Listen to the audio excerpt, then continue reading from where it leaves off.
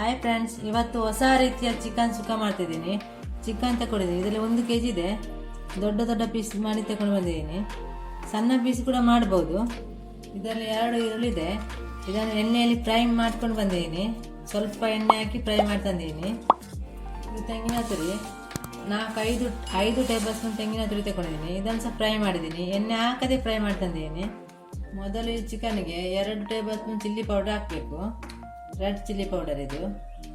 ಕೊತ್ತಂಬರಿ ಪೌಡರ್ ಹಾಕಬೇಕು 2 teaspoon. Pepper powder 1/4 teaspoon. Garam masala ಅರ್ಧ ಟೀ ಸ್ಪೂನು. ಜೀರಿಗೆ ಪೌಡರ್ ಅರ್ಧ ಟೀ ಸ್ಪೂನು. ಅರ್ಧ ಟೀ ಸ್ಪೂನ್ ಅರಶಿನ. ಉಪ್ಪು ರುಚಿ ತಕ್ಕಷ್ಟು. ಶುಂಠಿ ಬೆಳ್ಳುಳ್ಳಿ ಪೇಸ್ಟ್ 1 ಟೀ ಸ್ಪೂನು. ಸ್ವಲ್ಪ ಫುಡ್ ಕಲರ್ ಹಾಕಬೇಕು, ಬೇಕಾದರೆ ಮಾತ್ರ ಹಾಕ್ಬೋದು. ಮೊಸರು 3 ಟೇಬಲ್ ಸ್ಪೂನು.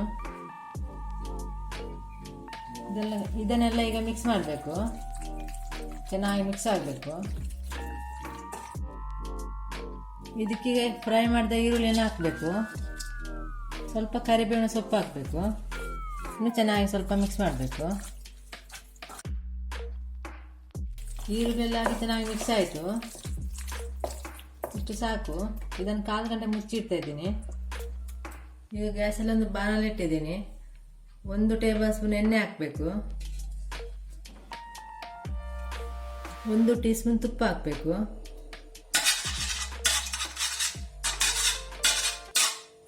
ಎಣ್ಣೆ ಮತ್ತು ತುಪ್ಪ ಬಿಸಿ ಆಯಿತು. ಈಗ ಚಿಕನ್ ಮಿಕ್ಸ್ ಮಾಡಿ ಇಟ್ಟು 1/4 ಗಂಟೆ ಆಯಿತು. ಈ ಎಣ್ಣೆ ಹಾಕ್ತಿದ್ದೇನೆ.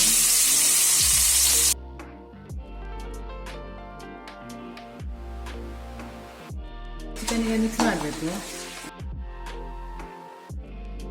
ಚೆನ್ನಾಗಿ ಮಿಕ್ಸ್ ಮಾಡಬೇಕು ತುಪ್ಪದಲ್ಲಿ. ತುಪ್ಪ ಮತ್ತು ಎಣ್ಣೆಯಲ್ಲಿ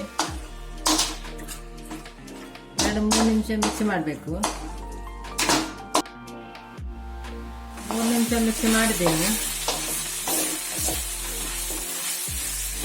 ಈಗ ಇದನ್ನು 10 ನಿಮಿಷ ಬೇಯಲಿಕ್ಕೆ ಬಿಡಬೇಕು.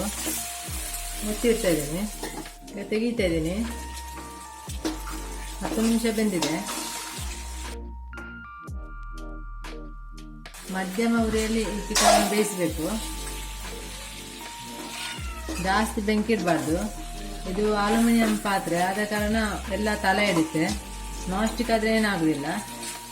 ಈಗ ಚಿಕನ್ ಎಲ್ಲ ಚೆನ್ನಾಗಿ ಬೆಂದಿದೆ.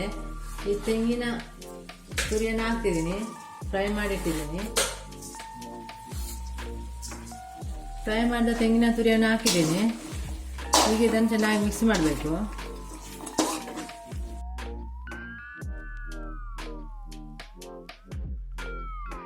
ಚೆನ್ನಾಗಿ ಮಿಕ್ಸ್ ಆಯಿತು.